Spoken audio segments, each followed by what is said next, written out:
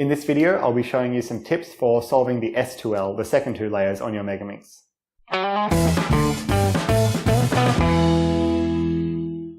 Okay, so moving on to our S2L as an intermediate solver. The biggest thing again is that Megaminx is very flexible and you have a lot of freedom in terms of how you actually go about solving this S2L. So it's not necessarily the case that we have to solve these two yellow S2L edges and then the three S2L pairs around them. We can do things in different orders depending on what sort of cases that we have around the puzzle. So for example, here we have the yellow and orange edge piece.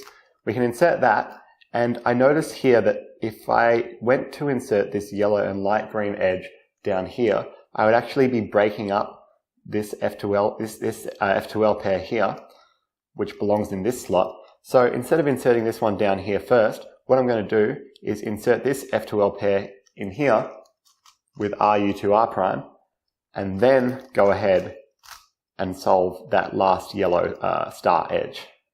As a general comment, many people do have a strict S2L color order. So for me, that color order goes yellow, purple, dark green, like that. But equally, there are some people who are color neutral on Megaminx, or for example, there's many variations, but they can solve the F2L on white and then have a color neutral color order for their S2L, or things like, they'll solve the white and yellow, and then after that, their color choices will be determined by the pieces that are around. This is something you can experiment with. For me, the reason that I like having a strict color order is because I know which pieces that I'm going to be searching for each time I go into a new phase of the solve. Overall, I don't think there's that much of a difference between being color neutral on a Megaminx and having a strict F2L color order, but I imagine that if you're perfectly color neutral, then it should bring a slight benefit over the long run. Okay, so another thing to note when you're doing your S2L is that even if you have a strict color order, so let's say yellow, purple, and dark green, your F2L pairing order can be completely random and dictated by what you see around the cube. So, even though we've done these last two star edges, we don't need to do the pairs like that one, and that one. We can do, like you saw before, we made this block first, and now we're working on this edge and these two F2L pairs, and we don't need to do these in any particular order. We can do the easiest one first, whichever that one may be on our cube. So let's say I see these two, this one and this one, so I can do something like R', U2', R to pair them up and then insert them into that slot there. And then after that, I see these two. So I can do something like R', B2, U, R' to insert those. And of course, whilst we're inserting the last F2L pair of our color, we're looking for the next cross edge that we're going to insert. So for me, I have the purple cross edge that I'm looking for, which is down here. I'll insert that and then continue working on my purple F2L.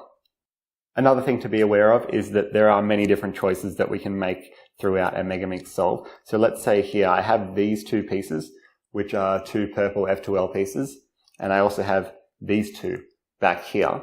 And what I can do, I realize that I can solve these two into this slot without doing any rotations at all. And as I mentioned in the F2L tutorial, avoiding rotations is reasonably desirable on the Megaminx.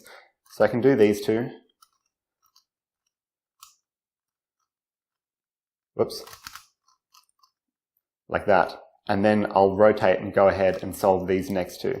So for this case, back here, I can do something like U, R2', U', R to pair them up and insert them and finish off the purple.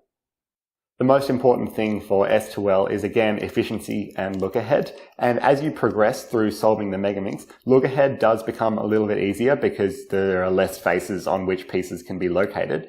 And as you solve more and more of your S2L, you do have a little bit of freedom to try and turn a bit faster because look ahead becomes a little bit easier. So let's have a look around here. So the next color that I'm going to solve is actually this dark green. But I notice I've got this dark green F2L pair here. So what I want to do is either insert this and then insert the last dark green edge, so the star piece, or I can preserve it and insert the dark green star edge. So I think what I'll do is preserve it. So I can do something like U prime, L2, U prime, F2, like that. And then I'll go ahead and insert it. And now I have quite a nice case for this corner and this edge. So I can do something like R, U, R, U, L prime, U prime, L to finish off the dark green. So let's just finish off this last face here to get to the last layer. I notice I've got this pink and red edge, so I'll put that down here. Now I'm looking to insert this pair here, which is these two. So I can pair them up and do R2, U prime, R2 to insert them down here. Now I've got these two, so I can pair those two up, and then I've got this edge and this corner, which I can insert, and now I'm up to my last layer.